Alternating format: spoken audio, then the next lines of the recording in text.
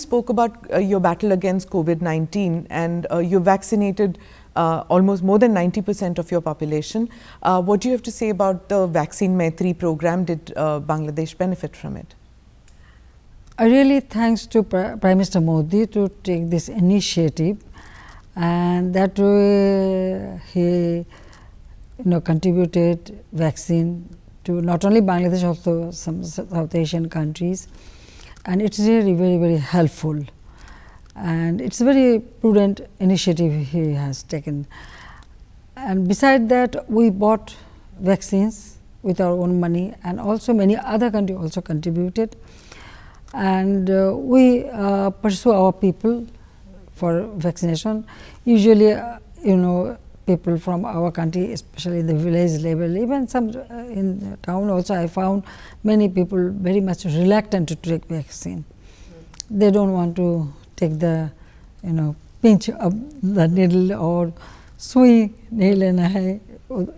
So, but we have to pursue them, and we told them that it is nothing but it will save your life. Yes. So that we engaged everybody so that they make people. So it was really a very good initiative. This Vaccine Maitri is a very good initiative. I really support it. So there's been, Western observers are often critical that SARC, the countries, member countries in SARC, they don't cooperate as much as other groupings do. But this Vaccine Maitri and also the evacuation of students from your country, from our country, that happened. That took place because of cooperation between the two countries. That's true. I really thanks to Prime Minister again that during this war between Russia and Ukraine, many of our students just stuck off and they came to Poland, took shelter. But when you evacuate your student, Indian student, they also brought our student back home. So it was really, you have shown a really friendly gesture. I thank to Prime Minister for this initiative. You have gone through so much of trauma in your personal life. Your family was assassinated.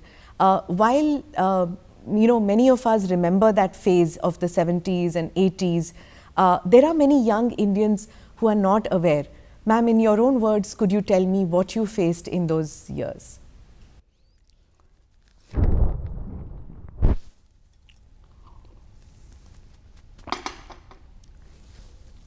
1971, when war started, my father was arrested.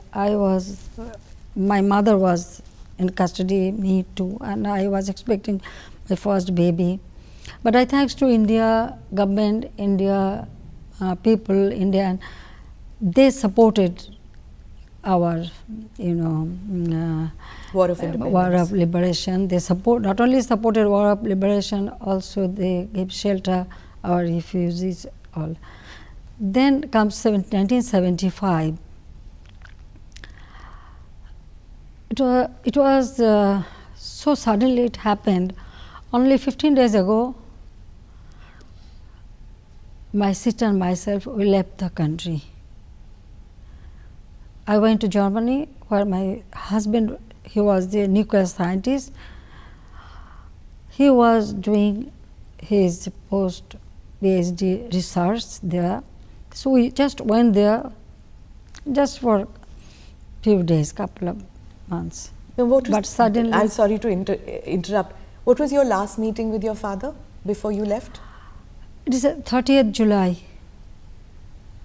You remember that clearly? Yeah. Your mother and father? Mother, father, everybody. I was to as because my husband was abroad, so I used to live in the same house. So that day, everybody was there. My father, mother, my three brothers, two newly wedded sister-in-laws. Everybody was there.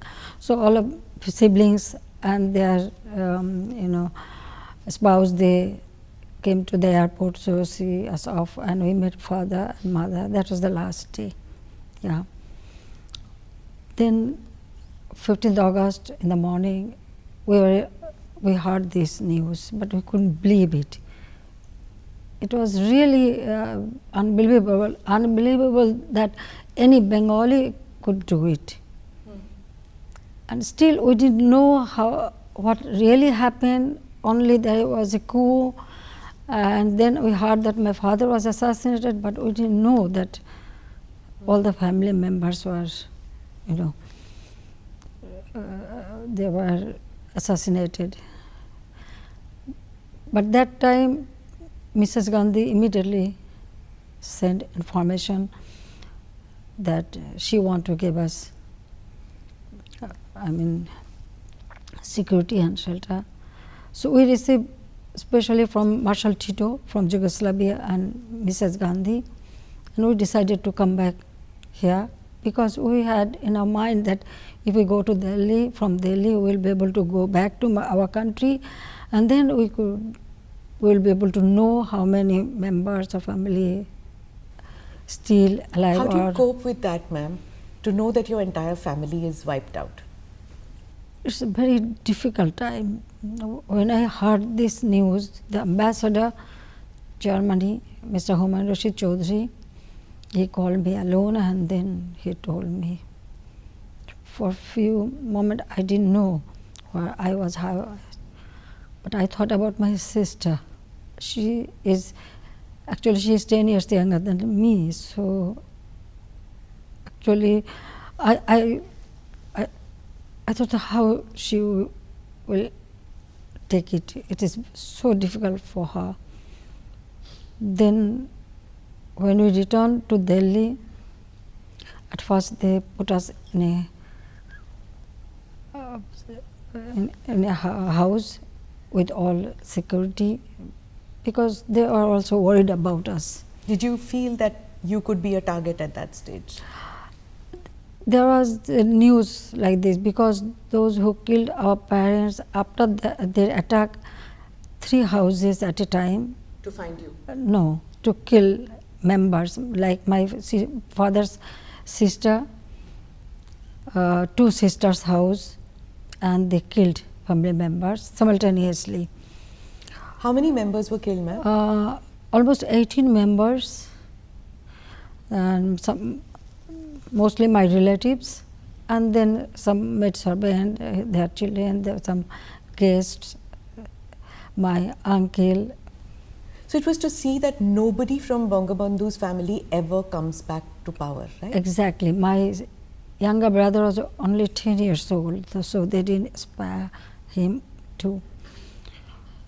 So when we returned Delhi, it was perhaps 24th August.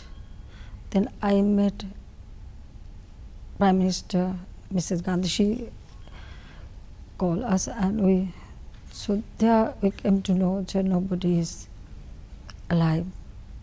Then she made all the arrangements for us, a job for my husband, and this Pandara Road house. We stayed there. So first 2-3 years, actually, it was so difficult to accept this. My children, my son was only 4 years old, and my daughter, she is younger than him. Both of them used to cry to go to my mother, my father, and they used to remember my younger brother mostly. So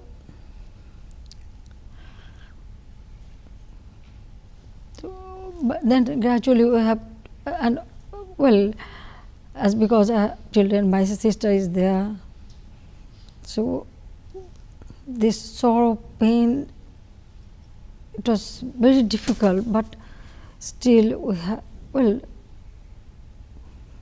have to think what to do. We should do something. We cannot live like this. And this crime not only killed my father, also they changed the ideology of our liberation war. Everything just one night, everything just changed. And those killers, they are haunting us, that they are trying to find out where we are. So when we live in Pandara Road, even we couldn't, our name was changed. In Delhi, in Pandara In Delhi, yeah. So you lived under a different name also? Different name. Okay. And it is so painful that you cannot use your own name, own identity. Yes, I can imagine. Because of the security purpose, they did not allow us. So nobody from Bangladesh came to meet you in those years? At the beginning, almost all, because of all my family members, they were not allowed to come. Well, those who survived, and within this, like my auntie and my two cousin sisters and one brother, they got bullet shot. So they got treatment, and after that, most of them, they just went to Calcutta. But first 2-3 years, we couldn't meet anybody. You were in India from 75 to 81. 81.